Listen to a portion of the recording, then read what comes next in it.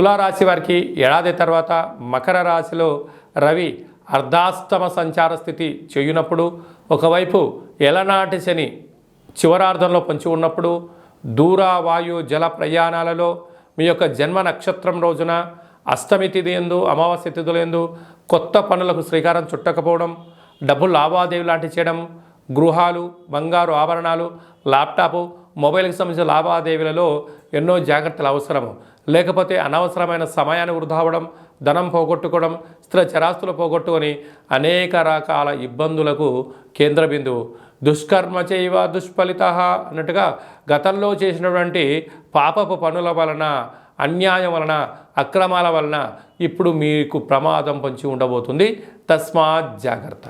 వృశ్చిక రాశి వారికి మకర రాశిలో రవి తృతీయ స్థానంలో ఏడాది తర్వాత సంచారం చేయడం వలన ఒకవైపు అర్ధాష్టమ శని పొంచి ఉండడము, తృతీయంలో రవి శత్రుస్థానంలో ఉండడం వలన తల్లిదండ్రులతో, అన్నదమ్ములతో, అక్కా చెల్లెలతో, పార్ట్నర్షిప్ వ్యవహార కార్యక్రమాలలో, సమాజంలో ప్రతి ఒక్క వ్యక్తులతో మీరు ఎంత గౌరవాన్ని ఇచ్చి పుచ్చుకోగలగాలి. లేకపోతే మానవ సంబంధాలు, ఆర్థిక సంబంధాలు, నేర సంబంధాలు జీవితాన్ని చిన్నాభిన్నం చేసే పరిస్థితి చాలా అధికంగా ఉంటుంది.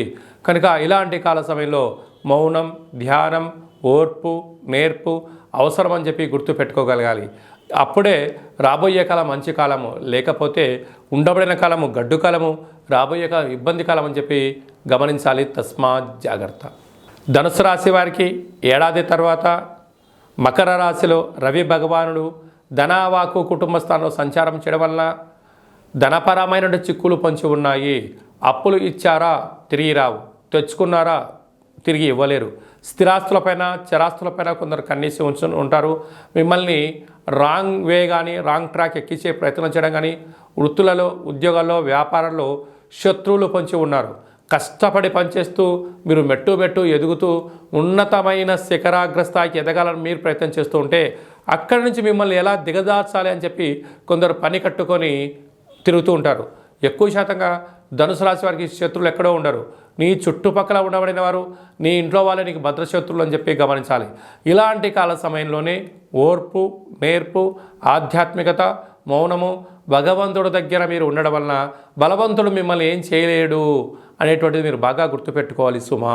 మకర రాశి వారికి ఏడాది తర్వాత మకర రాశిలోనే ఆరోగ్యకారకుడు సూర్యభగవానుడు సంచారం చేయడం వలన, రాశిలోనే సూర్యుడు ఉండడం వలన చిన్న చిన్న విషయాలకు ఆందోళన, ఏదైనా ఒక పనులు చెయ్యాలి అని ప్రారంభించాలని మీరు ఒకటే అనుకుంటే కాలం ఒకటి సమాధానం చెప్పడం, ఆరోగ్యపైన దృష్టి సాధించకపోవడం, సకాలంలో నిద్రపోకపోవడం, సకాలంలో తగు వ్యాయామం చేయకపోవడం వలన దీర్ఘకాలిక వ్యాధులు పొంచి ఉండుతున్నాయి.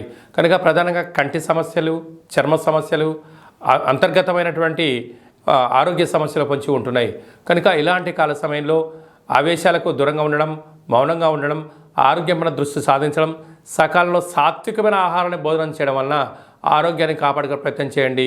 అంతా మీకు మంచే కలుగుతుంది. కుంభరాశి వారికి ఏడాది తర్వాత సూర్యభగవానుడు మకర రాశిలో వ్యయంలో సంచారం చేయడం వలన, అనగా ఒకవైపు ఏలనాటి శని సంచార స్థితిలో ఉంటూ వ్యయంలో రవి శత్రుస్థానంలో ఉండడం వల్ల ఇది కొద్దిపాటి గడ్డు కాలంగా భావించగలగాలి. మీరు యొక్క సంపాదించిన ధనాన్ని ఔషధ సేవనం కోసం కానీ, వాహనాల మరమ్మత్తు కోసం కానీ, గృహ భవన నిర్మాణ కార్యక్రమాల్లో వాటిని చేయించాలని మీరు ప్రారంభిస్తారు. ఒక 10 రూపాయలతో అయిపోతుందంటే అది 90 రూపాయల దాకా ఖర్చు అయ్యే పరిస్థితి ఉంటుంది. కనుక అధిక ఖర్చులు పొంచి ఉన్నాయి. కనుక మీకు సలహాలు ఇచ్చేటువంటి వాళ్ళైనా ఇంకోరైనా మిమ్మల్ని అధికమైన ధనాన్ని ఎలా మీ దగ్గర తినేసేయాలి, ఎలా డబ్బులు అప్పడంగా కొట్టేయాలని ఎదురు చూస్తున్నారు. కనుక గృహాలు, భవనాలు, నిర్మాణాలు, కార్యక్రమాలు వంటివి కొంతకాలం వాయిదా వేసుకుని ఉత్తమోత్తమము. లేకపోతే ధనం, సమయం రెండు వృధా అవ్వడమే కాకుండా దీర్ఘకాలికమైన షుగర్, థైరాయిడ్, మలేరియా లాంటి, పెరాలసిస్ లాంటి, బ్రెయిన్ స్ట్రోక్ లాంటి వ్యాధులు పొంచి ఉన్నాయి. వాహన ప్రమాదాలు పొంచి ఉన్నాయి. తస్మాత్ జాగ్రత్త. మీనరాశి వారికి ఏడాది తర్వాత మకర రాశిలో రవి భగవానుడు లాభస్థానంలో సంచారము చేయడం వలన వృత్తులలో, ఉద్యోగాల్లో, వ్యాపారాలలో కష్టే ఫలి అనగా మీ కష్టం మీకు బాగా తెలుసు, కష్టానికి తగిన ఫలితం రాబోతుంది. కానీ ఆ ఫలితాన్ని మీకు రాకముందే పై అధికారులు, సహోద్యోగస్తులు, బంధువులను, మిత్రులను, స్నేహితులను మీ దగ్గర చేరి మీకు లేనిపోని 4 మాటలు చెప్పి మీరు అంతటి వాళ్ళు ఇంతటి వాళ్ళని చెప్పి ఆ ధనాన్ని తీసుకొని వెళ్ళి ఆ యొక్క కష్ట ఫలితం మీకు చెందకుండా అప్పు రూపేణ తీసుకొని వెళ్ళడం, తిరిగి ఇవ్వకపోవడం, వారే మీకు శత్రులు అవడం జరుగుతుంటుంది. కనుక దయచేసి బంధువులని, మిత్రులని, సన్నిహితులని అప్పులు ఇచ్చారా తిరిగి రావు.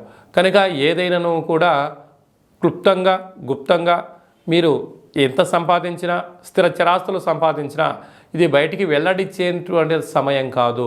వెల్లడించారా ధనం, సమయం 2 వృధా అవ్వడమే కాకుండా మిమ్మల్ని అప్పుల పాలు చేయడానికి అనేక మంది శత్రువులు పొంచి ఉన్నారు.